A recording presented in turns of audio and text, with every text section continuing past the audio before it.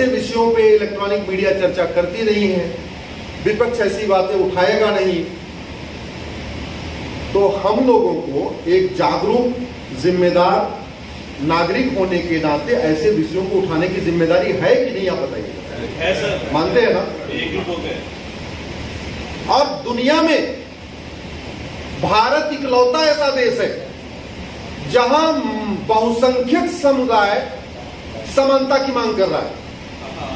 पूरी दुनिया में जो माइनॉरिटी होता है वो समानता की बात करता है। उदाहरण के लिए पाकिस्तान का जो माइनॉरिटी है वो कहता जी धर्मांतरण विरोधी कानून बना दो, हमारी बेटियों का धर्मांतरण हो रहा है। और भारत में कौन कह रहा है? बहुसंख्यक।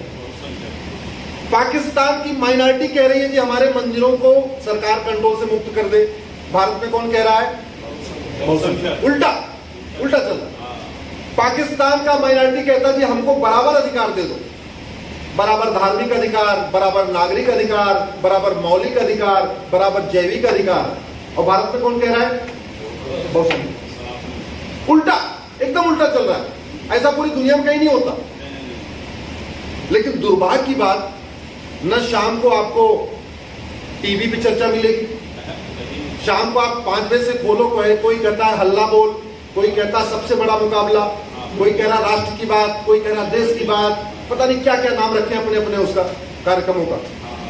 और 4 लोगों को बैठाएंगे और तू मैं करके 50 मिनट निकाल देंगे। कभी आपने सुना कि उसके बाद कोई पूछता जब ये जो समस्या इसका समाधान क्या है? ना, समाधान की बात है। दुर्भाग्यवश बहुत सारे YouTube चैनल भी बन गए हैं, वो भी ये तो बता रहे बाबर ने ये किया, हुमायूं ने ये किया, अकबर ने ये किया, औरंगजेब ने किया। ये नहीं बता रहे आज हर तहसील में जो बाबर पैदा हो गया है, हर मोहल्ले में हुमायूं पैदा हो रहा है, हर थाने के आसपास एक औरंगजेब पैदा हो, उसका क्या समाधान है वो नहीं बता रहे। ये समाधान हम ही लोगों को निकालना पड़ेगा, ये चर्चा हमें ही करनी पड़ेगी। ये आप जैसे बुद्धिजीवियों को ही अगर हमने तय कर लिया कि पर डे हमें 5 आदमियों से इस पर चर्चा करनी है तो बड़ी स्वाभाविक सी बात है। 30 दिन का मतलब 150 आदमी से चर्चा हो गई। अगर हमने 2-2, 3-3 मिनट करके या कहीं सभा में, कहीं पार्क में, मॉर्निंग वॉक करने के टाइम जहां भी ठीक लगा हमने थोड़ी चर्चा कर लिया तो बड़ी सीधी सी बात है। 1 to 1 जाएगा। 1 to 1 जब जाएगा उससे जो जन जागरण होगा उसका प्रभाव बहुत अच्छा होगा। और फिर मैं कह रहा हूं इससे बढ़िया डॉक्टर नहीं मिलेगा, इससे बढ़िया डॉक्टर नहीं मिलेगा भारत में वास्तव में संविधान लागू कराने की। संविधान 2 शब्दों से मिलकर बना है ना, संविधान विधान बराबर संविधान। यानी ऐसा विधान जो सब पर समान रूप से लागू हो उसको कहते हैं संविधान। एक्चुअल में भारत में संविधान नहीं चल रहा है, भारत में बहुविधान चल रहा है। संविधान नहीं चल रहा है, बहुविधान चल रहा है। कम से कम 10 कानून हिंदुओं के लिए चल रहे हैं, सिविल राइट ह्यूमन राइट के। 8 कानून मुस्लिम्स के चल रहे हैं, सिविल राइट ह्यूमन राइट के। टोटल 40 कानून चल रहे हैं सिविल राइट ह्यूमन राइट के। क्यों नहीं हम एक कानून बना देते, यूनिफॉर्म सिविल कोड? भाई जब संविधान हमारा कहता है कि इस देश के सब नागरिक बराबर हैं, सबको बराबर मौलिक अधिकार, सबको बराबर फंडामेंटल राइट, सबको बराबर फंडामेंटल ड्यूटी, और कोई भेदभाव नहीं किया जाएगा। आर्टिकल 14 कहता है कि सब समान, आर्टिकल 15 कहता है कोई भेदभाव नहीं। तो यूनिफॉर्म सिविल कोड लागू होना चाहिए तो संविधान कह रहा है। एक बड़ी समस्या, सब कहेंगे भैया समान अवसर दो, समता, समानता, समान अधिकार, दलितों का उत्थान, पिछड़ों का उत्थान, ऐसे उत्थान की बातें करेंगे। सबसे बढ़िया उत्थान करने का तरीका है इस देश में अगर हम 1 नेशन 1 एजुकेशन बोर्ड लागू करते हैं। सबसे बढ़िया केंद्रीय विद्यालय पूरे देश में है, खुले हैं कि नहीं खुले? सबकी एक किताब होती है। कश्मीर का बच्चा वही केंद्रीय विद्यालय में जो पढ़ता है वही किताब पढ़ता है, कन्याकुमारी का बच्चा वही किताब पढ़ता है।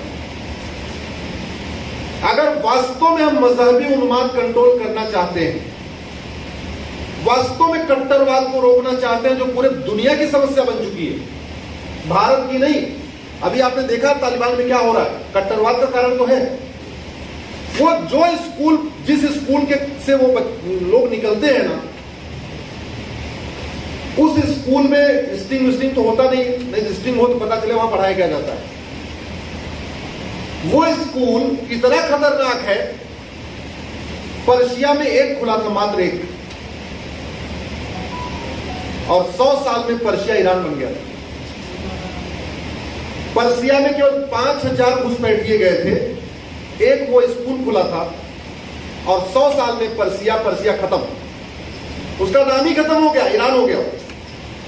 वो तो फिर बाद में आपस में फिर लड़ने लगे, लड़ने की हैबिट है, तो फिर ईरान और इराक बन गया, अलग विषय है। हमारा ये कहना है कि जब हमारा संविधान कहता है सबको समान अवसर मिलना चाहिए, आर्टिकल 16 यही कहता है, सबको समान अवसर। क्या आज की डेट में सबको समान अवसर मिल रहा है? आईएएस की एक परीक्षा, आईपीएस की एक परीक्षा, एनडीए की एक परीक्षा, नीट की एक परीक्षा, मेडिकल की एक परीक्षा, इंजीनियरिंग की एक परीक्षा, क्लैट की एक परीक्षा, बैंक की एक परीक्षा, रेलवे की एक परीक्षा, और किताब मेरठ का बच्चा अलग किताब पढ़ता है, और मेरठ में कम से कम 10 तरीके की किताब चल रही है। मेरठ का जो डीपीएस होगा वो अलग किताब पढ़ा रहा होगा, मेरठ का रेयान कुछ अलग किताब पढ़ा रहा होगा, जो 2000 रुपए फीस लेता होगा अलग किताब पढ़ा रहा होगा, जो 5000 लेता होगा अलग किताब पढ़ा रहा होगा। जब हमारा पेपर एक है, एग्जाम एक है, बाद में वो कोचिंग करेगा फिटजी की, आईआईटी की, तो एक ही सिलेबस पढ़ेगा, वहां तो कोई अंतर नहीं है। तो हम क्यों नहीं 1 से लेकर 12 तक कर देते हैं? हमें इस बात को गंभीरता के साथ सोचना होगा, ये जो राइट टू एजुकेशन एक्ट है, क्या हमारी रिक्वायरमेंट फुलफिल कर रहा है कि नहीं कर रहा है। डॉक्टर साहब बैठे हुए, डॉक्टर साहब आपके पास आते हैं लोग, तबीयत खराब हो गई, आपने एक बार दवा लिख दिया 4-5, एक हफ्ते बाद पलट के आया, बोले डॉक्टर साहब कुछ नहीं हो रहा है, आप दवा बदलेंगे? सीधी सी बात है, दवा बदली जाएगी। जो दवा काम नहीं कर रही उसको बदलना स्वभाव बदल देना चाहिए। ये राइट टू एजुकेशन हमारी रिक्वायरमेंट को फुलफिल नहीं कर रहा है, इसलिए हमें राइट टू इक्वल एजुकेशन चाहिए। उस कानून का नाम बदलने की जरूरत है, राइट टू इक्वल एजुकेशन। और वो 14 साल तक नहीं चाहिए, 18 साल तक चाहिए। 12वीं तक का सभी बच्चे, वास्तव में अगर हम इस समाज को जोड़ना चाहते हैं, तोड़ने वालों को रोकना चाहते हैं, सबसे जो बढ़िया माध्यम है वो है यूनिफॉर्म एजुकेशन। आप लोग इसको, मैं आग्रह करूंगा कि इस बात पे गंभीरता के साथ आप सोचें, कितना बढ़िया हो कि जो किताब रिक्शे वाला बच्चा पढ़ता है, रिक्शा चलाने वाले का बच्चा जो किताब पढ़ता है, मर्सिडीज चलाने वाले का बच्चा वही किताब पढ़ता है। जो किताब मेरा बेटा पढ़ता है, मेरे ड्राइवर का बेटा वही किताब पढ़ता है। मंत्री का बच्चा और संतरी के बच्चे की एक किताब कर दीजिए, मैं कह रहा हूं जातिवाद भी खत्म होगा, वर्गवाद भी खत्म होगा, क्षेत्रवाद भी खत्म होगा, भाषावाद भी खत्म होगा, कट्टरवाद भी खत्म होगा, अलगाववाद भी खत्म होगा, नक्सलवाद भी खत्म होगा, माओवाद भी खत्म होगा, और सबसे बड़ी बात जो पूरी दुनिया के लिए खतरा बना हुआ है, मजहबी उन्माद खत्म होगा, जो सबसे बड़ा खतरा बना हुआ है। एक बार आप 18 वर्ष तक के, और मैं कोई रॉकेट साइंस की बात नहीं कर रहा हूं, मैं संविधान की बात कर रहा हूं। आर्टिकल 16 उठा के पढ़िए। आर्टिकल 16 कहता है सबको समान अवसर मिलना चाहिए। सबको समान अवसर देने का एक ही तरीका है, या तो आईआईटी का एक पेपर यूपी वालों के लिए बने, एक बिहार वालों के लिए बने, एक बंगाल वालों के लिए बने, एक गुजरात वालों के लिए बने। आईएएस का एक पेपर यूपी वालों के लिए बने, एक बिहार वालों के लिए बने, एक बंगाल वालों के लिए बने, गुजरात वालों के लिए बने। या दूसरा क्या तरीका, सबका सिलेबस कॉमन कर दो, सिलेबस करिकुलम कॉमन कर दो। गुजरात वाला गुजराती में पढ़े, बंगाल वाला बंगाली में पढ़े, महाराष्ट्र वाला मराठी में पढ़े, कश्मीर वाला कश्मीरी में पढ़े, अपनी अपनी मातृभाषा में पढ़े। सिलेबस एक होना चाहिए। आप सहमत हैं इस बात से कि नहीं? सब लोग सहमत हैं। इसकी कल्पना करके आप लोग सोचिएगा, मैं इस पे 1 घंटे बोल सकता हूं, लेकिन इसकी कल्पना करके सोचिएगा इससे कितना, इसके दूरगामी परिणाम क्या होंगे। कुछ बातें ऐसी शायद मैं कह नहीं पा रहा हूं। कल्पना करके सोचिएगा, अगर 18 वर्ष तक के सभी बच्चों के लिए हमने एक किताब कर दिया, सब वही पढ़ रहे हैं, हिंदू का बच्चा, मुसलमान का बच्चा, पारसी का बच्चा, ईसाई का बच्चा, जो पढ़ाना है पढ़ा लो।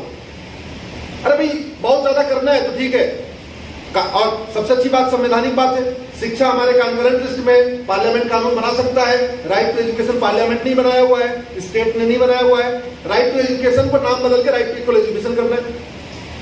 14 साल तक लागू हुआ था, उसको बढ़ा के 18 साल तक करना है।